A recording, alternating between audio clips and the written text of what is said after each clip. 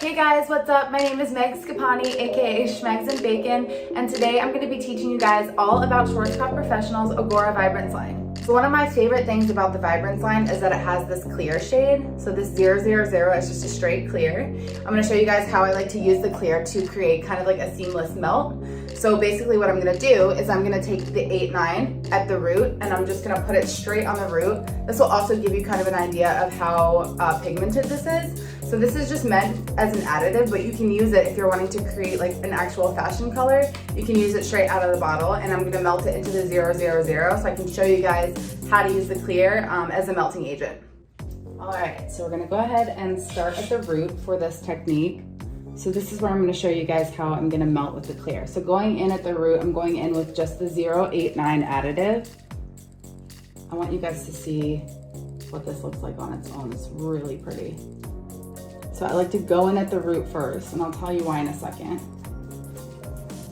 I like to kind of give it a chance to process, and it works fast, which is something that I really love about Vibrance, especially when you're working in a suite situation where, you know, you're trying to get in as many clients as you can, and kind of like work smarter, not harder, and you don't want to be taking up a lot of time.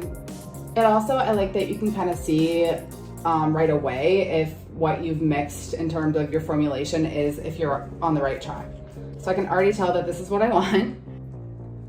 It's great for shadow writing as well, because since you're working on hair that's damp, it glides on easily and just, it doesn't leave super harsh lines, which is really nice. So if you were to go through and shadow root a whole head first, I feel like it doesn't leave you with that, I always call it the line of death. It's just like you can see it from a mile away, but you don't get that with this, which is really nice.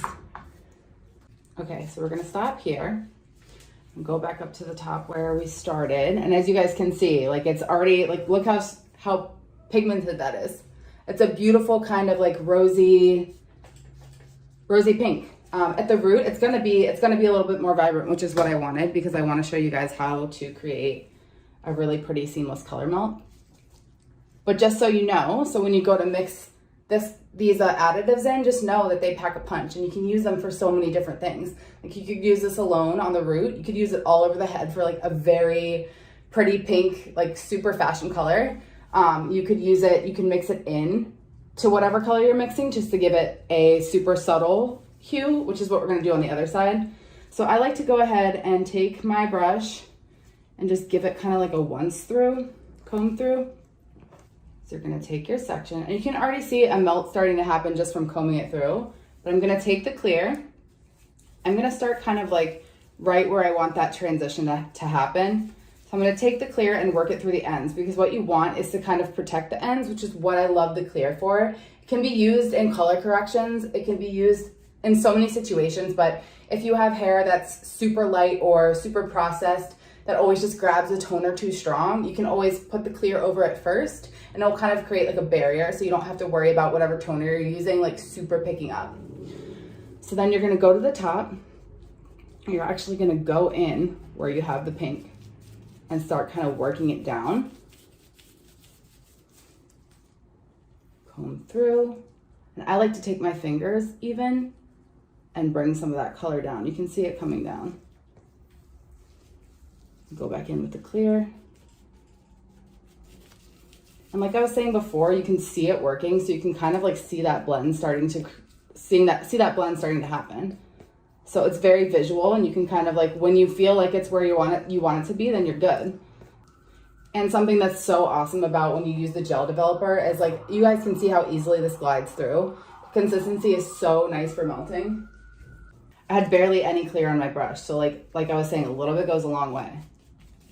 I don't know how, but Vibrance is strong, but it doesn't stain the hair. So like you can really get in there, and it's not going to create any like crazy bleeds or crazy harsh lines at all. Like you can see I'm really working it through, but it's nothing looks crazy. Everything looks super seamless and blended, which is why I love using the clear so much. It's seriously such a game changer.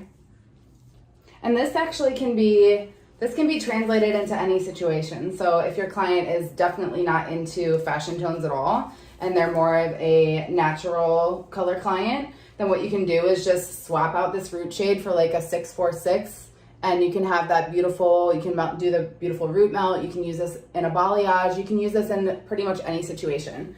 I just have a soft spot for creative colors. So of course, that's what I'm doing because I can't resist. But you can use this in any situation, honestly. And you can also swap the clear for, like, say your client is not a level 10 with 0 remaining pigment. You can use, instead of clear, you could use clear with like a 1-1 if you need to cancel some yellow out, or you could use even just like a straight like 9-5-2-1 or whatever you need on the ends. Like this works in any situation. This melting technique can be utilized however you want. It's not just for fashion colors. Something that's also really nice about Vibrance is you don't really notice that it transfers too much. So because it has like a gel consistency, I feel like it kind of like, I'm laying this root over top of, you know, ends that are a lot lighter. I'm laying sections that are a little bit more vibrant over top of sections that are a little bit lighter, and you don't see any transferring, which is also really nice, especially if you're working with wigs or extensions. So it's really great that you can kind of feel free to really get creative and not worry a ton about any sort of transferring happening. Okay guys, so here is the finished result. It came out beautiful. So this is the side that we did the 8-9 at the root, melted into the clear on the ends. So kind of what I was teaching you guys before is that it takes whatever shade you put at the root and it gradually brings it down to the ends without any sort of crazy lines. And it leaves you with something super soft and pretty and pale on the ends. So we ended up using the 8-9 at the root, melted into the clear, and it created just this really pretty gradual, I mean, there's no lines, it's very seamless, which is like what I love about Vibrance and why I love to use the clear to melt, because it just creates this like, I mean, it's so smooth. And so something also to note is that I applied the back first. So, and that's generally, for me at least, that's generally how I apply a color, just in case anything happens and I need to rinse the back out. So I applied the back first, and that sat for longer. So that probably sat for like 20 minutes total, and then it took me like no time to apply the front. So the front probably sat for like, probably like 8 to 10 minutes. So something about Vibrance that's really great, and kind of what I was telling you guys earlier, is that it's a very visual. So you can kind of see where you can see it working and see where it's going. And if you're like, okay, it's time to rinse it, like you can just rinse it right away. So I let the back sit a little bit longer. So the back is a bit more dimensional and deeper, which I love because it kind of creates that natural brightness around the face, like with a money piece on its own. And you don't have to go in with any sort of separate formula.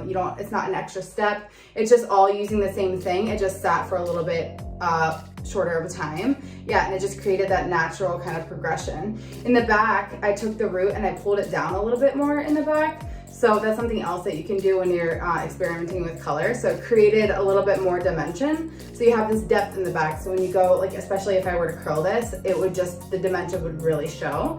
So it's just nice to be able to create a dimensional kind of more like, I feel like editorial fashion color as opposed to super vibrant, which is why I love using IGORA Vibrance to create fashion tones. Also, another thing, there's no conditioner or product in here. Like, this is just how shiny Vibrance leaves the hair. Like, this is mannequin hair, and look at that shine.